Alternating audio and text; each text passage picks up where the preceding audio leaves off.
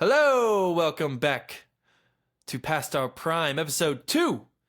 I am your host today, Julian Hoskins, and alongside me is my good friend, best friend out there in Minnesota, Jordan Carrillo. How are you doing, Jordan? I'm doing well, unfortunately, being in Minnesota. here. Going through a lot of sour fans on the sidewalks and streets, proudly representing my Oklahoma City Thunder shirt everywhere I go. Are they yelling at you yet? No, just looks. You know, it's in Minnesota, it's real passive. So they're kind of looking at each other like, Oh, look at this guy. How do they talk? Bags. It was like, oh, go get your bag. You want a bag with that? I'm like, bag? Bag? Are you singing a yeah, pop one of song? my family members from Lindsay's side, actually. He's from Minnesota. They call it a crick. And I had no idea that's what... It has two. I've tried to explain to him 1,000 times that it has 2 E's in the name. But he's not I'm just going to go piss over in the creek here. I'm like, what? I'll piss in the creek, man. I kind of like the sound of that, honestly. Piss in the creek. Ooh, that should be our name. Anyway, Up shit's creek. Oh god, man. We had a basketball Canadians. game. We had a basketball game yesterday. We're talking about Shit's Creek. Jeez. We had a basketball game yesterday, man. Shoot. The Knicks take down the Pacers in the Garden 111-94. The Pacers actually never tied or took the lead in this game. So, Wow. if that says anything about it, I wouldn't say it was like a Thunder blowout / game 3 Minnesota blowout. Yep. In any way, I think the Knicks kind of just kept them in arm's length, like They had somehow opportunities, though. Yeah, they did have opportunities. I felt like the Pacers, they would always kind of come back from that 20-point deficit and make it 12 or whatever. I think we'll kind of get to that later, but yeah, it just seems like the Knicks at all times were like, okay, this is getting too close, because it was starting to look a little bit like game 1. It was Right. like they're up 20 in the 4th, and all of a sudden, the Pacers just go on a freaking massive run, and I could tell that crowd and that energy, they were not wanting that to happen again. Not at all. So I'm glad that the Knicks came out with the win, man. I think they deserve it. They definitely played a little bit, more physical this game. Especially against this Pacers team, man, who loves to get out in transition and loves to run. I think the Pacers just kind of ran out of pace, and I think they might have outpaced themselves at times. So, As Jordan, physical as the Eastern Conference can be, right? yeah, exactly. I mean, we're used to watching Western Conference games where they basically swinging on each other, going down the court. And that's kind of what this game looked like at times. Yeah, right. Just give me your key takeaways for the game, man. Just the overall scheme, and then we'll kind of get in, break down quarter by quarter. But what's your overall key takeaway for the game? Yeah, I'm going to have to say the key takeaway is Pacers starting 3, starting 4, shooting below Terribly. 30%. Shooting Besides terribly. Pascal Siakam? Right, yeah. And I like Pascal Siakam. I think he really carries the team well. But, yeah, exactly what you said. The Pacers just could not keep up with the tempo as the team is in Madison Square Garden. I want to say that Karl Anthony Towns really kind of playing through some kind of injury there. A little bit of zest on his shots and his attitude after each of those shots. Zestiness. But that's what New York needs a little bit, right? They kind of need a little bit of zestiness, A little bit of zest, right? And so, yeah, I liked the tempo that Jalen Brunson started off the game with and continued to have. It's good to see that from a young star leading a team. And, yeah, I just think from watching the beginning of the first quarter, you kind of knew how that game was going to go. It didn't really go back and forth. So, yeah, I want to say the Knicks came out with a bang on this one, and that's what else can you expect when your back's against the wall and you're facing elimination, right? In that type of caliber, I think the Knicks really showed early that they want it, and they're gonna have a tough road ahead. They got Knicks in 7, right? That's what all they their got to fans go win 2 more. Exactly. Yeah, and you gotta face a tough Indiana crowd, man. I really like the Indiana crowd. They remind me a lot of I guess the Thunder, just because maybe they're just a small market like the Thunder, but they get rowdy and loudy too, man. So, yeah, Knicks take care of business in the Garden. It's funny to think about, like, if they would have just taken care of business on game 1, they would be up 3-2 right now. But, you know, you didn't take care of business. You blew a 20-something point lead in game 1. I think the Pacers actually ended up blowing a 20-point lead, I think, in game 2 or something like that. So, the reason that I think we saw a change in Brunson is because he was playing way more off ball. Yeah, he was not bringing the ball up the court. Was that a factor from Tim Thibodeau? Yes, did absolutely. He make that call? Yeah, most likely. Yeah, but Brunson, you could tell from even game 1. Like, I think game 1 he had a good game, but I think this is probably Brunson's best game as far as efficiency and just overall Knicks team as a whole. Like, I think they played better as a team today. But Brunson especially, I feel like everything was just so efficient for him because he was playing off ball. Because if you're bringing the ball down the court every single time, all they have to do is pick you up from 94 feet, and then all of a sudden, you know, you're getting winded. You're not able to play defense the way that you need to be playing defense. You're not able to get out and transition like you really want to. You're not able to, you know, keep your energy. And with the way that Tom Thibodeau coaches his team, and I think we'll get to the bench here in a minute, but usually he doesn't play a whole lot of guys. So it's really, really tough on the Knicks sometimes because these guys get so freaking tired, you know, before the third quarter. And I felt like with Brunson playing the minutes that he did today, he was able to come in like the fourth quarter as well. And these guys, him and Cat and the other guys like Josh Hart, I felt like had the best game of the series so far. Right. They were able to come in fourth quarter and have like those fresh legs that they needed so badly in those first 4 games, which they did not have. So with Tom's consistencies of only playing about 7 out there, 7, the Knicks 8, have to establish some sort of lead early on to get the bench a little bit more minutes and to have them sit down and be comfortable. Right. While you have the depth of Oklahoma City Thunder and the Pacers, where you are constantly getting fresh guys in there that are talented and can really take away with the game at any moment. Yeah. The first 6 points of this game was Jalen Brunson.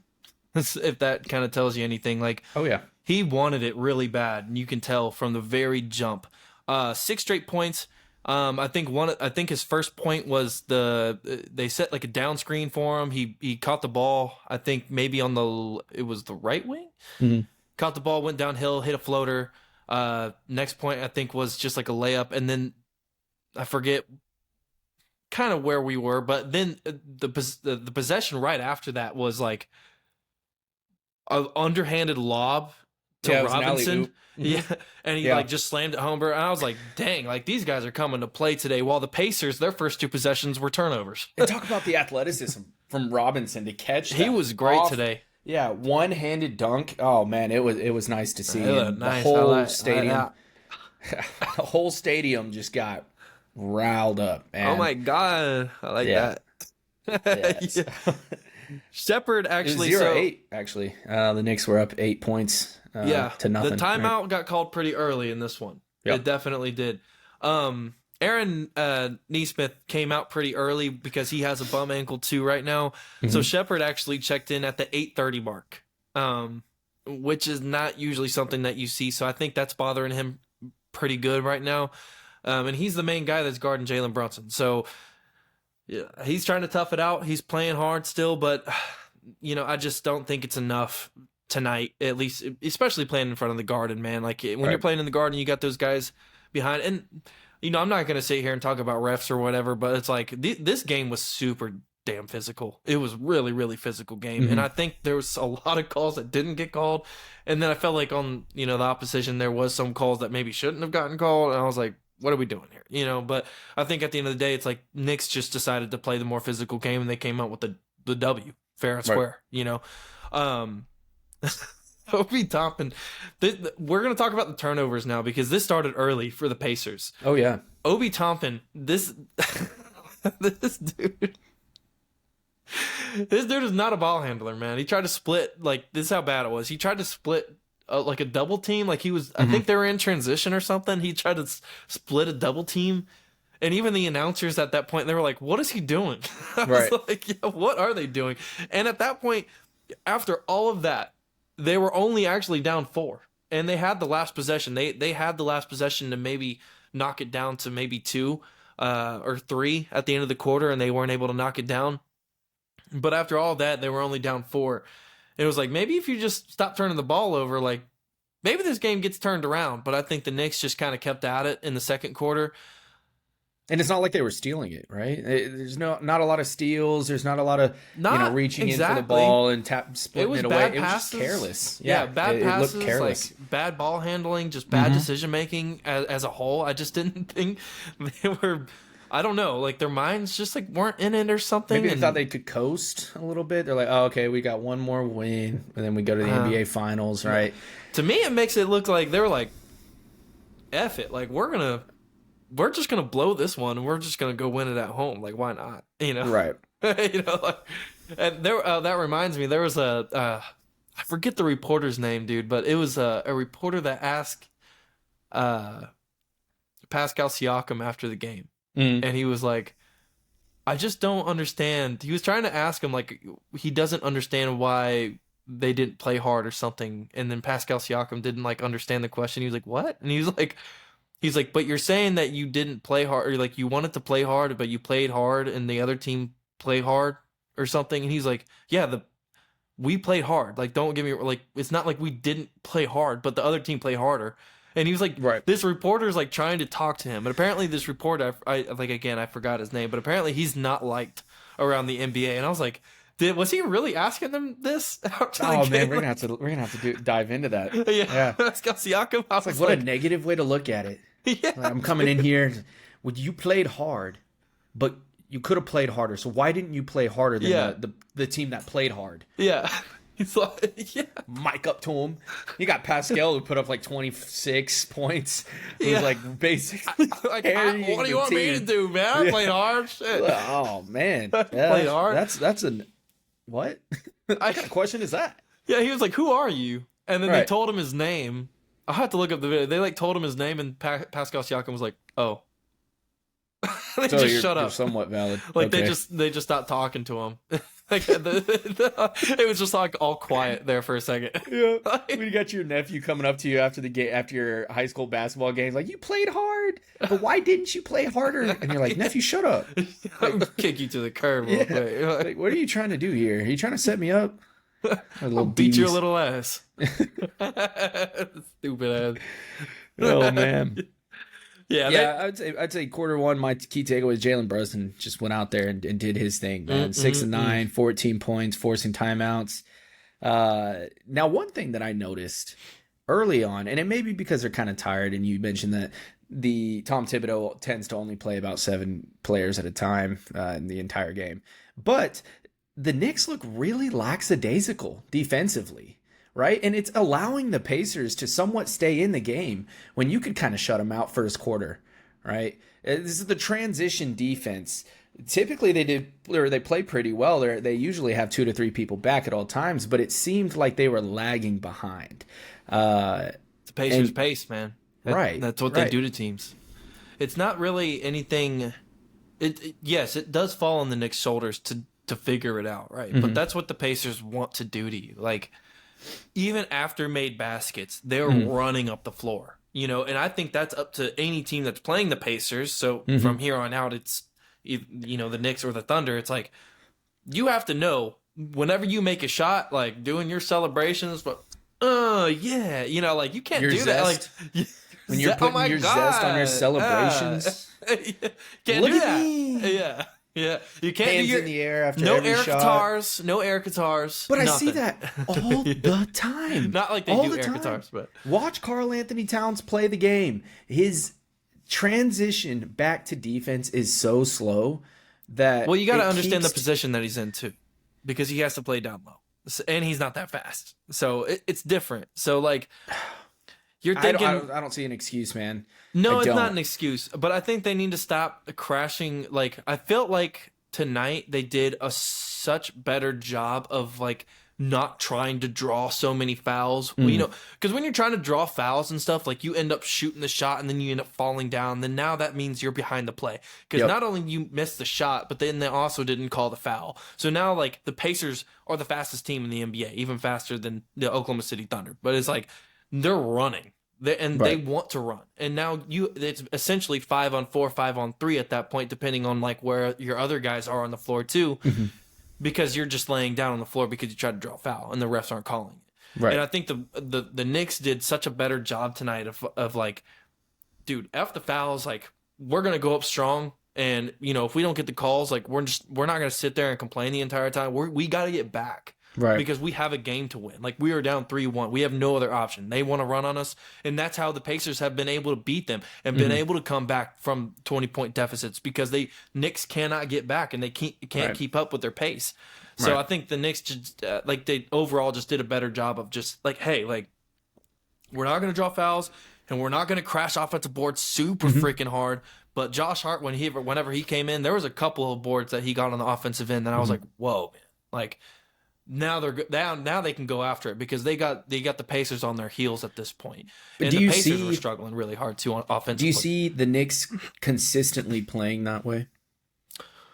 They are going to have a tough as long as they have next fresh 2 games. legs. As long as they got fresh legs, as long as Tom Thibodeau is able to allow their bench to come in and give their starters some rest, specifically talking Jalen Brunson and Karl-Anthony Towns. If they're able to give these guys some rest, and not Karl-Anthony Towns, but Jalen Brunson's able to play off ball offensively, then I think they have a legitimate shot. But you got to keep this Pacers team in front of you. Do you think that's a coaching error? In some ways, yes. I mean, Tom Thibodeau has been under heat. Not have the depth. He's been under heat for a long time. No, they have some depth, man. Right. I mean, you saw a lot of guys come in today and put up really good numbers. Who was it? Mitchell Robinson gave you really, really good numbers. But who am I thinking of? It was Shamet, bro. Shamet gives you such good energy offensively, defensively, man. Like, hang his jersey up in the ceiling, man, because this dude, he needs more minutes. And they actually, today, instead of... I think they need to give Shamet more time than they do with Cameron Payne. Like, I don't think Cameron Payne actually even played tonight, which is usually one of the guys that they go to, if anything. Right. Dude, this dude gives you minutes, like hard, legit minutes. Right. Offensively, defensively, he was picking up from half court. He was getting in people's faces. And then on the offensive end, he's knocking down shots. He's getting into the open space. He's setting screens. He's moving around. He's playing within the system. I really, really like that dude, man. I really haven't heard of him or really looked into him. But, I just noticed that last night, man. And I was like, yeah, he needs more minutes. And even the announcers were talking about it too. But, yeah, How many does he average per game? I don't know. I would have to look that up. I can look it up here in a second. Once we're done talking, I can give it to you. But, yeah, I thought Miles Turner gave bad minutes for the Pacers. Like, he was 3 fouls. He had to check out in the third quarter. Shoot, man, I can't think of really anybody on the Pacers that played a decent game besides Pascal. Besides Pascal Siakam, and there was who was it else? There was somebody else that played actually a pretty good game. Sorry, this game was last night, so I'm trying to remember here. Yeah, while you're looking that up, the quarter one actually ended 27-23, so it's not like, and with the Knicks lead, so it's not like there was a huge gap difference in the play, right? Or in both of those teams. There wasn't a huge difference leading into quarter two. Right. Even though you could tell early on that the Knicks were really hitting their shots, playing well together. And that's like I was saying, is the Pacers are not down and out ever. No, not in this game. Even going into quarter two, ending 56-45, only down by 11, they're not down and out ever. And then all of a sudden, you start to notice quarter three and then quarter four, the lead started growing about 20. So you notice that they might have been running dry or running rampant, trying to get some rest time with some starters, and then just not being able to follow through after that. But going back to quarter two, Knicks start off 2-3. Let's see, we got zone defense forcing Pacers to shoot. I want to say they went a 2-3 zone, if I'm not mistaken. I was watching. I'd have to go back and look at that. I don't even know, man. So they started out with a 2-3 zone, and it was working for them, actually. The Pacers were not they realized how inconsistent the Pacers were shooting. So forcing them out of the paint, giving their team a little bit more rest in that. That was a big signifier. And the Pacers continue to run man defense. Yeah. Well, I mean, it's been working this entire series up until now, Right. And, well, again, like, you don't really run zone unless you're good at zone. You know what I mean? Like, unless you have no other options either. And honestly, with these defenses, it's like you need to figure something out here because both of these defenses are really struggling against these offenses. Right. Like Knicks kind of play bully ball with you, and then Karl Anthony Towns is probably one of the best big men shooters of all time. So it's like you really got to keep an eye out for him on the perimeter, and then you got to worry about him driving. He's uber athletic, and then you have to worry about Brunson, and he's really good at drawing fouls as well. So it's like, you got to worry about his shot, you got to worry about him driving, you got to worry about him getting off screens and stuff. So it's like, I don't know, man. It's like at some point you have to throw stuff at these offenses, right? Because it's like no matter what, Pacers are going to play with pace, and the Knicks are going to play how they play. Right. So. Well, I noticed this play that the Knicks started to run. I don't know if this was intentional or just because Cat had a hard time transitioning back into defense. But everybody would be down the court. Cat's still hobbling his way. Granted, he's playing with a left knee contusion, so how much that affects him and his play style, I'm not quite sure. But it didn't look like he had a left knee contusion last night. I'm just may saying. Have been a little excuse there, but whatever to fluff the stats. But they started running this play where Cat would drive up the court without the ball, right? It's kind of off ball, and Brunson would pass back to him, and then he'd just like gain his momentum, right? Running start into the paint. Where he's holding the ball, and he kind of does this thing where he takes 2 steps and bounces off these defenders. And the way it looks is, as a child, when you go, and sometimes adults do this just for shits and gigs, but when you go bowling and you put up the rafters and you throw the bowling ball down there, but you intentionally hit the rails to get it to bounce and see if you can hit a strike, that's what it looks like to me. Is Cat Williams is going in there bowling ball style, bouncing off the rails and laying it up. How do you stop a freight train? You can't. Coming in there, big bodied, ready to bowl through you. I like the rails, dude. I personally really like the rails as an adult. Because the Pacers were the rails. They were standing there, and he was. I'm just talking about bowling. I do like the Pacers too, but I'm talking about bowling specifically. I do like the rails because I'm ass at bowling. I'm terrible, and so I just try to throw it as hard as I can, man, and hope all the pins fall down. I usually end up in the gutter anyway, so it's like I might as well put up the rails, and I'll get the little what's that little kid thing where you put it on top of the rail and then it like drops down for you. So you gotta line them up. I'll do that every once in a while just to get my rhythm. It's kind of like a free throw. It's usually in the shape of like a dinosaur. Yeah. I like those. I need all the help that I can get, Jordan. So. Bring it back to the dino ages. It's like, what's Julian doing out there? I don't know, playing Jurassic Park something. Bowling Jurassic Park style. Yeah, it's me. Every day. What I was going to mention earlier is the other guy in the Pacers that actually had a decent game was Benedict Mathurin. He actually led all scores for the Pacers tonight, which is pretty wild. With 23. And if we're going to talk about we're talking about 5 starters for the Pacers combined for 37, and then you get a 23 ball from a guy off your bench. It's like okay, you're pretty much bound to lose this game regardless. So what can you do, man? What can you do? They had a bad game. didn't shoot efficiently enough, didn't play physical enough, and I felt like what we just mentioned earlier. It's like they had shots, to come back in this. Right. There was times, dude, in this third quarter where they were up 20, and the Pacers went almost 5 minutes without a field goal and still chopped down the lead from 20 to 12 without making a field goal for almost 5 minutes. I was like, well, what? Like, what is going on? Like, all free throws the entire time. And it's like the Knicks just cannot score. So if we're talking about both of these teams, again, just super inconsistent. Like, both of them. I don't know how this is going to play out. I don't know if... And watching it, you're thinking, oh, that's just got to be a really good defensive game, right? I actually think it was just because offense was terrible on both ends of the ball during that time frame. And they were open shots, open looks, a couple of off-ball skirmishes, but not too many. It wasn't as if it was anything to scoff at, but 5 minutes without anybody scoring and it not be because it was defense.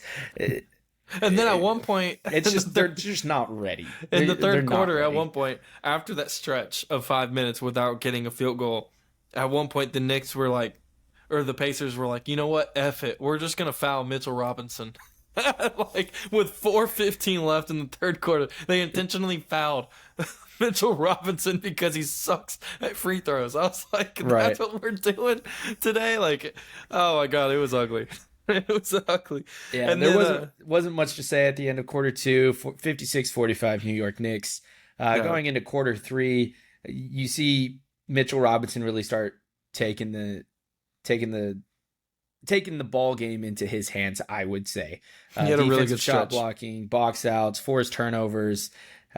Really doing well on that end. He had a stretch there. I didn't write down the time, but there was a stretch in that third quarter before like the runs that I had just mentioned previously. Sorry for skipping ahead, but Mitchell Robinson earlier in that quarter had a really good defensive possession. Mm-hmm. And I think it was Tyrese Halliburton that drove in. He tried to do like a little underhand layup. Mitchell Robinson swatted that into the stands. And then right after that, they inbounded the ball.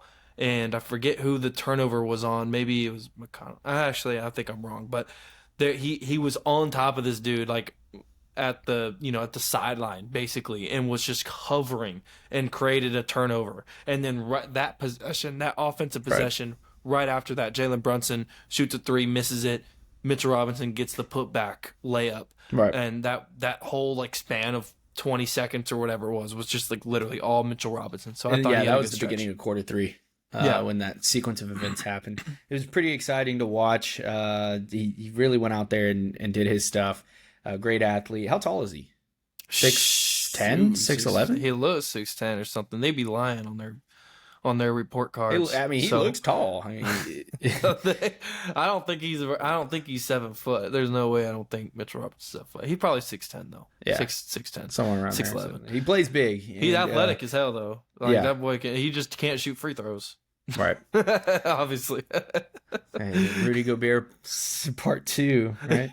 It seems like, why is that though? I want to talk about that. Okay. Why is it you're in the NBA and you're almost 7 foot tall? Why is it that you can't shoot free throws? What inhibits you from being just as good as Steph Curry, James Harden, or any of some of the other Well, now players? you're starting to see like Karl-Anthony Towns is that tall and he's great at shooting threes. He's great at it. Or Wembanyama. Wembanyama's 7'4". He's a great, well, I wouldn't say great yet. Right. He's a good perimeter shooter. But also, in the years of NBA basketball, why is it that big man can't shoot free throws? Big man can't shoot. Why? I don't know. You're closer to the rim. That never made sense to me. Shaq? Dude, you're like already up there. Shaq didn't have to make free throws. He was dropping 40 on you, just dunking on you the entire game. So he was like, F free throws. I'm just going to... Right. But when you get to the line, it's like it almost comes to the conclusion of, dude, arch don't nemesis. Just foul him. Just it's kryptonite. He's not going to be able to score if you foul him. So, there you go. Yeah. Which leads into quarter 3. There was a huge foul that they were reviewing for a flagrant. Right? Was that third quarter? Yes. Yeah. Yeah, it was third quarter. Yeah, it was Pascal Siakam going up. It's about 2 minutes left in the quarter, going up to shoot the ball. and McBride was the one that kind of went up, Yeah. grabbed both of his arms, and they both came to the ground. It was a common thing, man. Like, you just gotta... Yeah, you're just stopping him from shooting the ball. You're holding him up, yeah.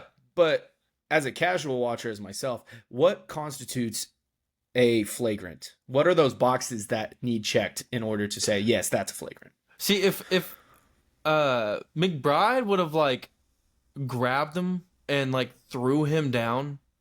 The follow-through is what you're saying?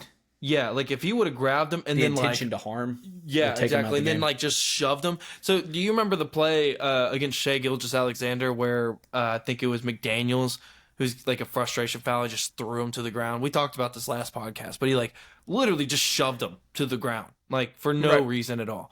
Where it's like this, it's like, I'm taking my foul right here because you have an easy free, like, 2 points. Right. Here, I'm going to make you earn this, you know? And so a lot of, like, if they were to call that a technical foul, I'd have a lot of questions for the NBA. Like, what are we doing here? How soft are we becoming? Yeah. Like, which this is ridiculous. which of the commenters said that something about kissing? I kiss harder than that? Oh, my God. He said, I've been kissed harder than that. He said, I used to get kissed. I've been kissed harder than the foul from McBride. It's like what have you been doing? McBride, jeez. How aggressive are you? Jesus Christ. All right, Shannon Sharp. Anyway, off of that. Fourth quarter, I guess that was the end, right? End of third quarter. Tony Bradley gets injured. Tony Bradley did get injured. As soon as he got in. Big from the Pacers. As soon as he comes in, that's just another big man down. Unfortunate. Left hip strain. Questionable on when he's going to come back. It did look really awkward. It looked really awkward whenever he went down. What happened? They were on a fast break and they ended up just getting the pass and he went up for the dunk. I forgot who was guarding him, or there was somebody down there. It was a 2-on-1 and he got past the ball and somebody, maybe it was Mitchell Robinson. I forgot who it was, but did anyways, he fall on it? Did someone fall on him? No, he just like, they went up together, you know, and it was a hard foul. Like, again, it was like another one of those just like fouls where it was like, you're not going to have an easy free point, like easy 2 points here, you know? So I'm going to make you earn it. And he went up for a contest and got his arm, you know, and it was a hard foul. He kind of came down on it and he just landed like super awkwardly. Yeah. You could kind of tell like as soon as that happened, like he wasn't feeling too good. I think he went like another possession after that. Like he shot the free throws. I think he went down and up again. I think he was on defense where the Knicks got free throws, and then he finally got pulled out of the game, and then he went to the locker room. So yeah, Tony Bradley, does he get a lot of minutes? Is he a key factor? Is this going to really impact? Not even close, dude. Not even close. Okay. Yeah, Tony Bradley. I literally wrote on here, I was like, Tony Bradley minutes? I was like, is that something that we do often? And it's not. He does get minutes. Don't get me wrong. I wrote down somewhere where he like his minutes this series, but yeah, he does play, but he doesn't play that often. He's not one of their like key factors. So I think the Pacers will be fine. And depending on how bad the injury is, I know those can take up to a few weeks, few months, depending on how severe it is. But prayers out to him, man. I think he's gonna be all right though. I don't know. So maybe he'll come back for the for the finals if they make the finals. I don't know. Let's start with the fourth quarter, man. It's I didn't write anything down here. Nothing. The first thing I wrote down was I said Shamit. I put another Shamit thing on there. Yeah. Because McConnell went for like McConnell does this weird thing where he runs around in like circles, he'll like grab the ball and he'll like run around the paint, because he's just like so little. He's like 6 foot tall and he's like trying to find his way through the lane, or whatever. And Shamit just said, F that, dude. Like, you're not doing anything here. And he caused a turnover on McConnell like right away. But then right after that, the Pacers go on a 9-1 run and bring the game back down to 12 again. And then this is where I started to think, dude, like I was like, no freaking way that the Pacers come back and win another one and Knicks blow another 20-point lead. There's no freaking shot, dude. Right. And, credit to the Knicks, man. They came in, because they gave their starters some rest. Mm-hmm. So the starters were, they had Karl Anthony Towns and Jalen Brunson out at the same time, which is something that you do not see from the Knicks very often. Like, you do not have those two guys off the floor at the same time. And they did that. Not for very long, but I think after that run happened, I think Josh Hart, he had an and one at like the 7-minute mark, and I think that's kind of what changed the course of the Knicks again and kind of got them back on their run. And then it was kind of GG's after that one. So right, yeah, I nothing really to say about the Pacers. Again, it's just to reiterate, it out physicaled, outplayed. You did not play well, didn't shoot the ball well. We can go over some stats really quick from this game. Yeah, go for it. Let's just start with the Pacers, I guess, man. Aaron Nesmith went 1 for 8 from the field, 1 for 5 from 3, shooting 12.5% from the field, so, like, not very good. Pascal Siakam, 5 for 13, 38.5%, only 1 for 3 from 3. Miles Turner, 2 for 3, which, not good enough. Tyrese Halliburton, 2 for 7. And this is something I really wanted to touch on at the beginning, but I'm glad that we kind of waited because this kind of falls into the whole like Anthony Edwards situation too, where we always talk, like everybody was talking about Anthony Edwards. You got to shoot more. You got to shoot the ball more. That is a fact. Tyrese Halliburton can not only put up 7 shots. He is the head of the snake for this team. Mm-hmm. We are going to live with you missing however many shots he averages, right? Like, put up at least 15, 13 shots a game. I think that's kind of the range that he was averaging in the playoffs. But we go from a game like last game in game 4 where Tyrese Halliburton went 11 for 23 with 32 points, 12 rebounds, and 15 assists. 0 turnovers in game 4. One of the best offensive games we have seen in an Eastern Conference Finals in a long time, if not the best. I mean, that was a game. I mean, he was all over the news media. Yeah, dude. Yeah. That was a game, a stellar of a game. And then to go from that to 2 for 7, 28% from the field, 0 for 2 from 3. What do you have? 3 shooting bricks, man. Just 3 rebounds. Yeah. What do you have? 2 rebounds. He had 6 assists. Did have 2 steals, 1 block. But he was a minus 23 on the plus minus. So really not much to say there. I thought, like, again, Benedict Mathurin came in. He shot the ball well. He went 6 for 10.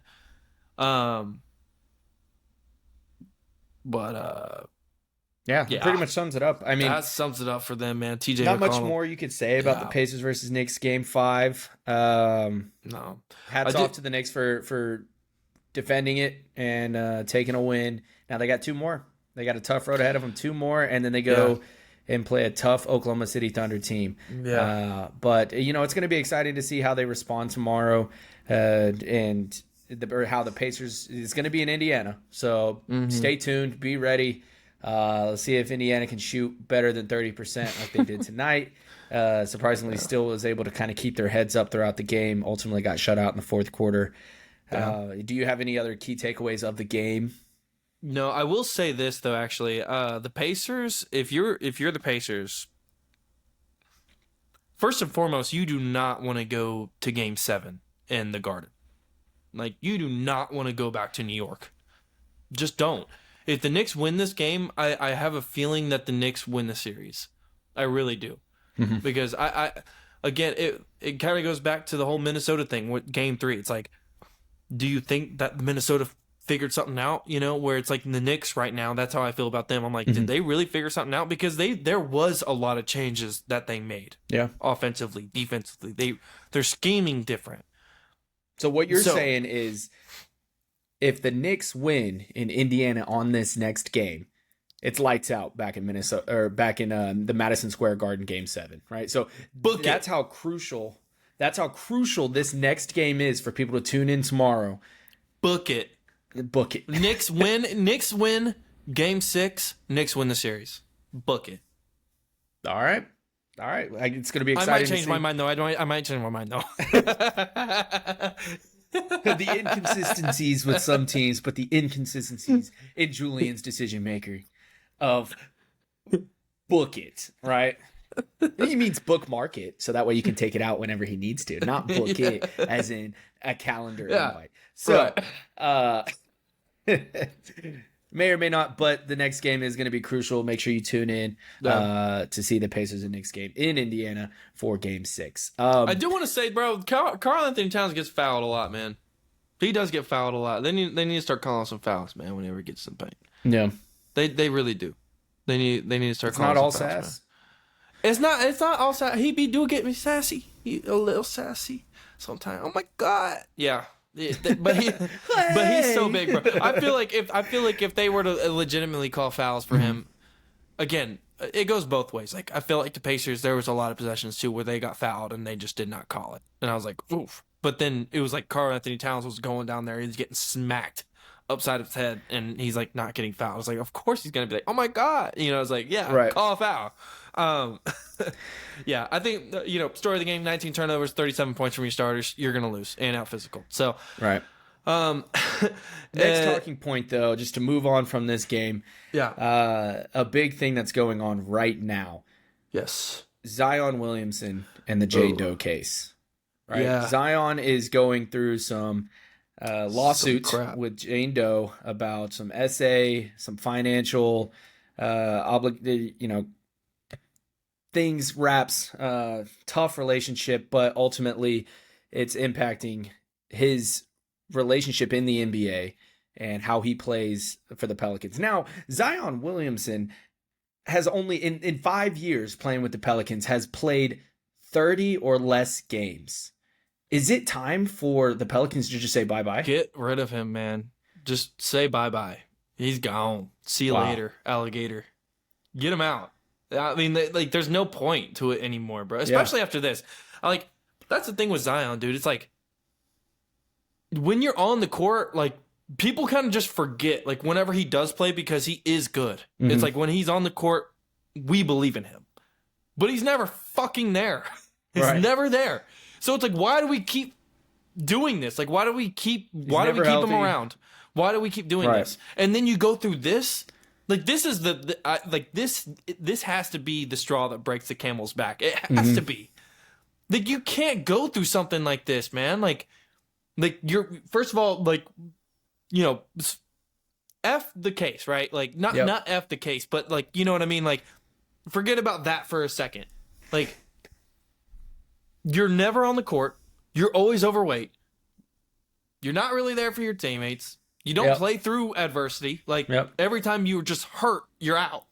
And you're out for weeks at a time. It's not like, I think it was even like CJ McCollum after it was the first round, actually, after last year when they played the Thunder. He came in. I think he made some, like, sly remark as, like, I'm hurt too and I'm still playing. Right. You know what I'm saying? Because Zion missed the entire series. It was like, he's just coasting. He's coasting, they keep man. signing these contracts. They keep throwing money at him. He makes millions of dollars to sit there and fucking do nothing. Over 5 games. Look, listen. Zion Williamson, over 5 seasons, has only played 30 or less games and is making millions. You have teams, you have players that are playing day in and day out all season long for multiple seasons for 80-plus games. Right? Yeah. You have that many athletes playing consistently over a year of 5 seasons, and you only have 30 or less games, and you're making millions of dollars. Get rid of them. The Pelicans don't need you. Yeah. They don't need them, man. And then on top of that, it's like, now we go back to this case. And for those who have not read about it. If you're a Duke alumni and you really were banking on Zion being the next big thing, right? Or Pelicans fan. And sorry to say, but or even casual fans, man. I was not a fan of of the Pelicans. Like, obviously, not a fan of the Pelicans, but it's, I was a fan of Zion, because I've been watching him since high school. And then, I was really rooting for him. Like, I remember watching his first game as a Pelican, and then wanting, rooting for him. And it's just kind of upsetting. And I do want to talk about the case just a little bit for those who don't know what's going on. Just to kind of go over it. He is being accused of an action that might rhyme with grape and some other things, right? Financial things, and pretty much just domestic abuse, emotionally, physically, over since he was a freshman in college till 2023. Yep. Zion Williamson and Jane Doe case by Michael C. Wright. The woman who is identified as Jane Doe alleges a continuing pattern of abuse, controlling, and threatening behavior over the course of a relationship that started during Williamson's freshman year at Duke and lasted from 2018 to 2023. He was drafted in the NBA in 2019, so they were still, together at the time while he was still going through these games. But like I said, only playing 30 or less games over the course of 5 years in the NBA. Yeah. I mean, that's a lot. It looks like he was, it looks like he was accused of some emotional and financial abuse over the span of a multiple year relationship. And she is filing a lawsuit against him. Can you call on me? Yeah, you in the back. Okay, thanks. I will say this. I'm not going to say that it's true or not true, right? Like, I know that there's a bunch of stuff that gets circled around about certain athletes, right? Like, people will just say a bunch of crazy stuff, and then it ends up not being money, right? Exactly, and it ends up not being true at all. So, I don't know much about. I think the whole public as a whole doesn't know a whole lot about this case, right? Mm-hmm. Like, we just know what we read, so I'm not going to sit here and say it's true or not true. And I'm sorry for maybe coming on a little bit too strong about Zion and what I feel about that. But if that is the case, that is undeniably, like, unacceptable. You know what I mean? Mm-hmm. And on top of that, like, you're not even reliable on the court. Right. So it's, what do you want from an organization standpoint, as an owner, as a president? It's like, you're taking millions and millions of dollars away from our organization to go out there and F around the way that you are. Right. And you're getting yourself in legal trouble. Yeah. You're never in shape. You're never playing games. You're missing the season. We're not making the playoffs. Right. Like, how are we already in 2025, 5 years from you being drafted, and you've played less than 30 games, 30 or less games, and you're still making millions on this organization? The Pelicans need to get that addressed, right? Yeah. I don't know if they're still selling Zion jerseys and making more money than what they're paying damn well into it. They are. But what? Cut the crap. Cut the crap. The Pelicans have not been good for ages. Stop investing so much money. Recoup. Go out and draft accordingly, because there's ballers everywhere. That's what kind of sucks about the situation, right? It's like, I was about to say LeBron, but Zion was like a really huge prospect, and I remember that draft and how hyped up Zion Williamson was, you know. And if you were watching that draft, I know a lot of people will agree to that. It was like I think probably overhyped in a way, but it was kind of like LeBron-esque in a way, because with the day of high school basketball highlights coming out and stuff. I mean, like, we saw all the highlights and the dunks and then how he played at Duke, and it was like, yeah, this dude can really, really hoop, for any organization that gets him. And then, Pelicans end up number one. They go out and get him, and it's like, everything looks all good. Then they go out and get, they have Brandon Ingram at this point, then they go out and get CJ McCollum, and it's like, yeah, this looks pretty good. Like the big three, as soon as Zion gets back, because he's been missing so many games, and then Zion just, like, never really comes back, and then it's like, Brandon Ingram can't take over the team by himself. CJ McCollum can't take over the team by himself. They need their star player, and he's never there. Then they go out this year and they go out and get DeJounte Murray. Zion's not there. It's like, even when they do play together, it wasn't like they were like a super team or anything like that. It's, they were the Pelicans Right. still. And they have potential. I mean, CJ McCollum is an excellent athlete, right? He won it. Yeah. Or no. And then they traded Brandon, unfortunately. Yeah. But, you did get he DeJounte won it Murray. with, what was that team that he played for? Who are you talking about? It was Toronto, right? In 2019 with they didn't win it. CJ McCollum? No, he was with Dame Lillard for the longest time. And what team did they play for back in the Trailblazers? The Trailblazers, that's what it was. Yeah. Is Damian Lillard still in it? Is he still balling? Hell yeah, bro. Where's he at? Well, he went through some stuff this year, bro. He had a blood clot, I guess, in his leg. He plays for the Bucks. He had a blood clot in his leg to end the season, and he actually made his way back into the playoffs. I think he missed the first. Was it just the first game?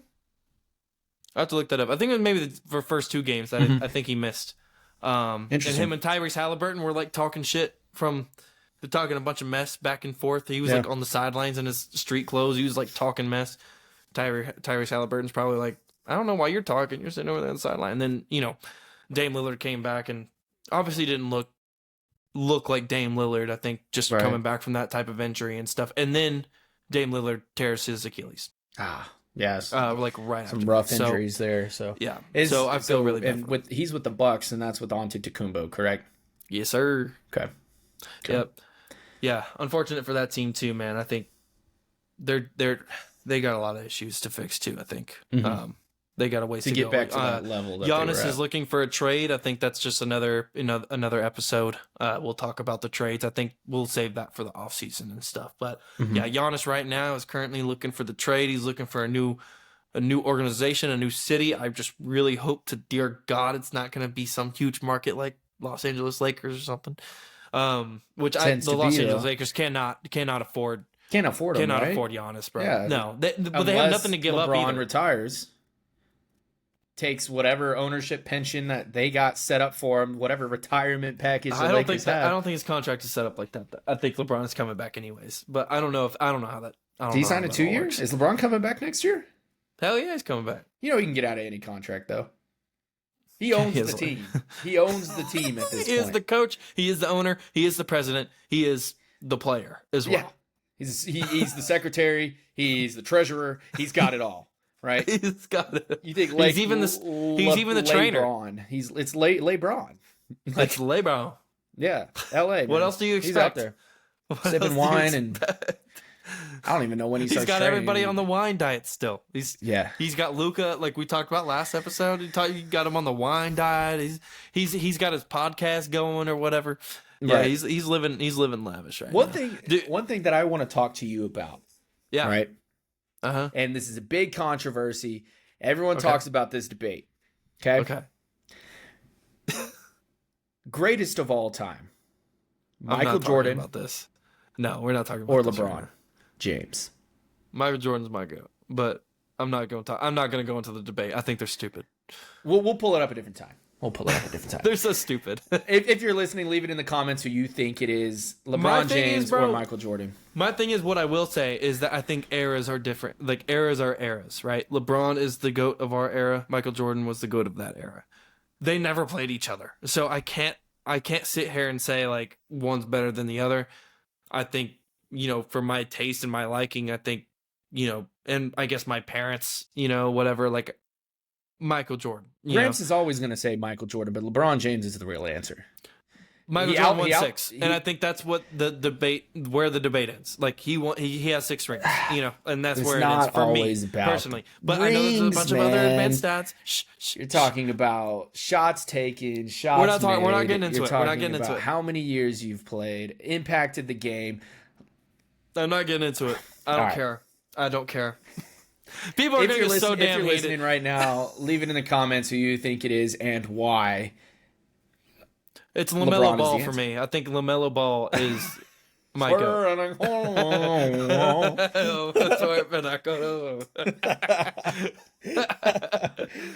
I think. All Ball athletes, family is the goats for me. That's all NBA players should just start making music. Dame Lillard's actually a pretty good rapper. I was about to say wappo. Dame Lillard's a pretty good rapper.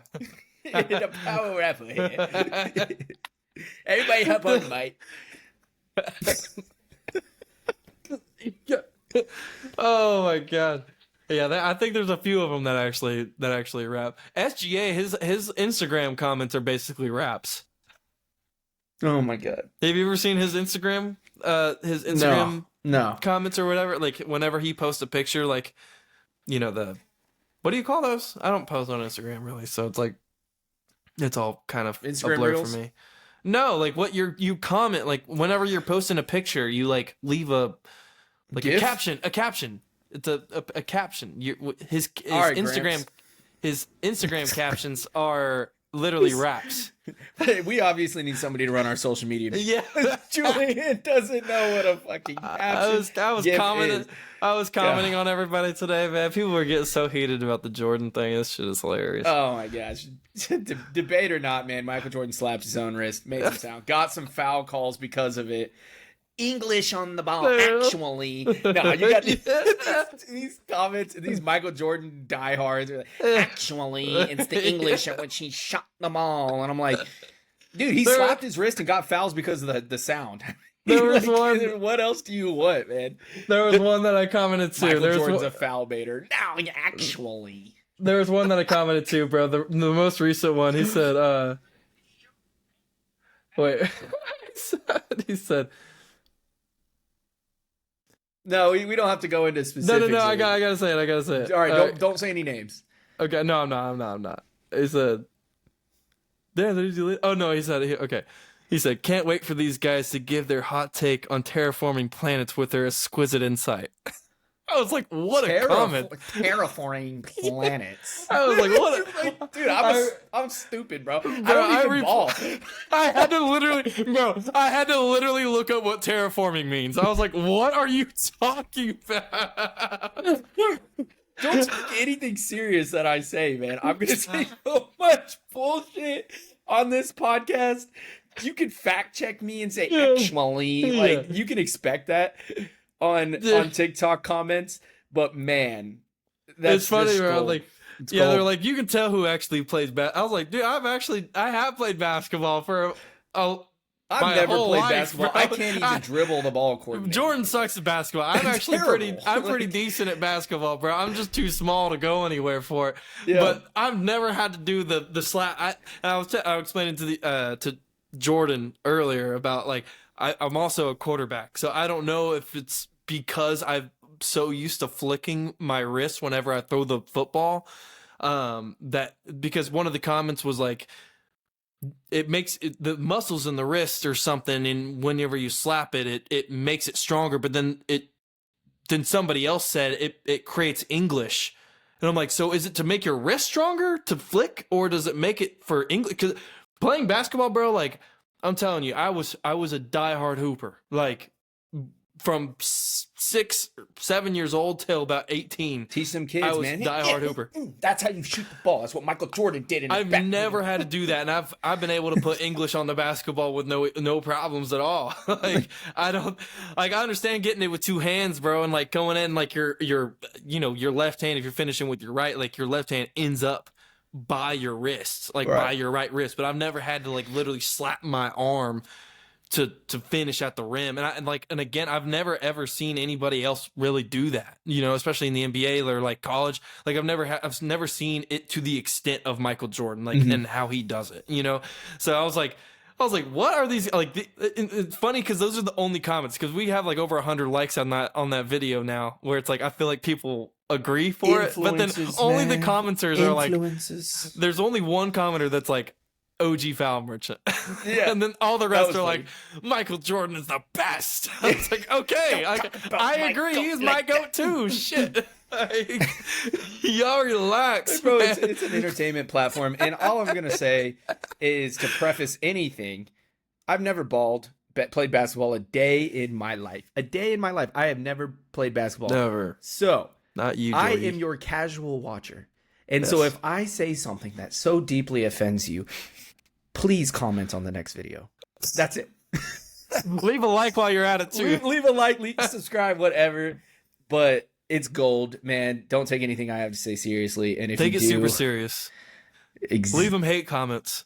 Please. Tell him he's trash. Please. Tell me how trash and how uneducated I am, because as a casual watcher, that's what everybody wants in their life, is for somebody the crowd, man, to puff up their chest and lift up their glasses. Are wrong. Let me tell you why. Puff their chest out and lift their glasses. That's exactly what we want. Anyways, on to the next. That's so funny. Oh my god! I think we'll end with the tic-tac-toe, man. Did you see it? Did you ever watch it? Yeah, you said no. Actually, no. Bro, you no. have to watch it. You have to watch it. Okay, so the Knicks and Pacers game, they had a timeout, right? Okay. I guess they run this game where they put this big tic-tac-toe board in the middle of the court. Okay. And the premise of the game is that there's two contestants playing each other. From the stands? Yeah, like, I don't know. Fans? I don't know. Yeah, they're fans. Like, okay. I don't know how they grab them, but they're contestants, right? So there's two contestants, and they have to play each other, but you have to make a layup before you can put your X or O down. Okay. So the dude that was doing the X's, he started on the corners, and the dude that was doing the O's, he started at the middle, right? Right. So we're talking at like the right hand side. If we're just looking at the tic-tac-toe board, he put the X on the right corner, and then he put at the bottom right, and then he put the other X at the top right. Okay. The other dude put. So he was trying to do that like that can't beat it double way finish, right? That kind of knows, right, yeah. But the other guy started in the middle. He put an O in the middle, and then I think he put an O on like the bottom left corner or something like that. This dude makes a layup, right? Like I said, there's two X's on the bottom right and the top right corners. This dude that was shooting for the O's, he made a layup. He grabbed his O. He runs literally right over top of the middle section, right in between the bottom right and the top right X's. And didn't put his O in front of, or like down to block in it. between, block the X's. And he runs right past it, and the whole crowd was like, "Oh, whoa!" And the guy with the X was already on his way back because he just made his layup, because the guy with the O, I can't even remember where he put it, but he put it somewhere else, and he already laid it down, and the dude like came back and he saw his spot was still open, so he won the game. Like, just like that, because the dude was like, I've never... Like, how do you not know how to play tic-tac-toe?